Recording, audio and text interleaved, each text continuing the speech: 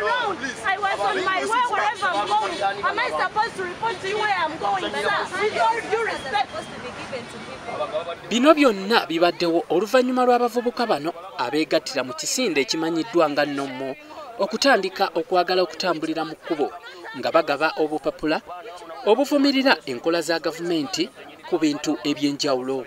Era bano balabiddwako nga beegattiddwako abavubuka abali mu bibiina gamba nga ekya Brotherhood Jobless Unemployed Youth n'abavubuka abalala okuva mu bibiina by'obufuzi eby'enjawulo. Abavubuka bano balabiddwako nga bakaayana ne poliisi ku ngeri gye balina okukolamu emirimu gyabwe mu kifo kino. Bano ababadde mu byambalo eby'enjawulo nga biri mu kkala nga eya kyenvu, eya bbululu saako n'eya kiragala okukakasa nti bavudde mu bibiina by'obufuzi eby'enjawulo.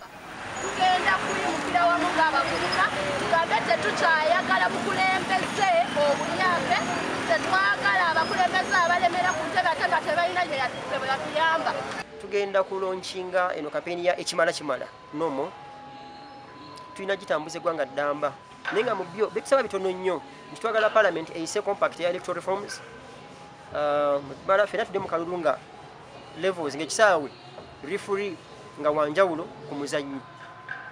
Poliisi ebatabuse nga wabaddewo abavubuka abatali bamu abafulumye mu kifo kino okutandika okugaba obupapula era n'eyanguwa mangu ddala okubatangira.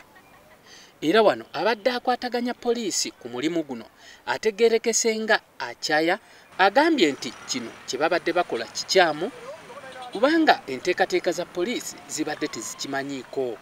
It's unlawful. How can you sincerely refuse me to give information to the public? We are giving information to the public. The information we are giving to the public are some of the achievements of the government. These are your achievements. We have already understood what you wanted. Abavubuka baludde eddaaki ne bakkakkana era ne bagenda maaso n'okukola emirimu gyabwe wali ku sharing hall ensambya nga batongozza ekibiina kino saako n'emirimu gyakyo gye kigenda okutandika okukakkalabya.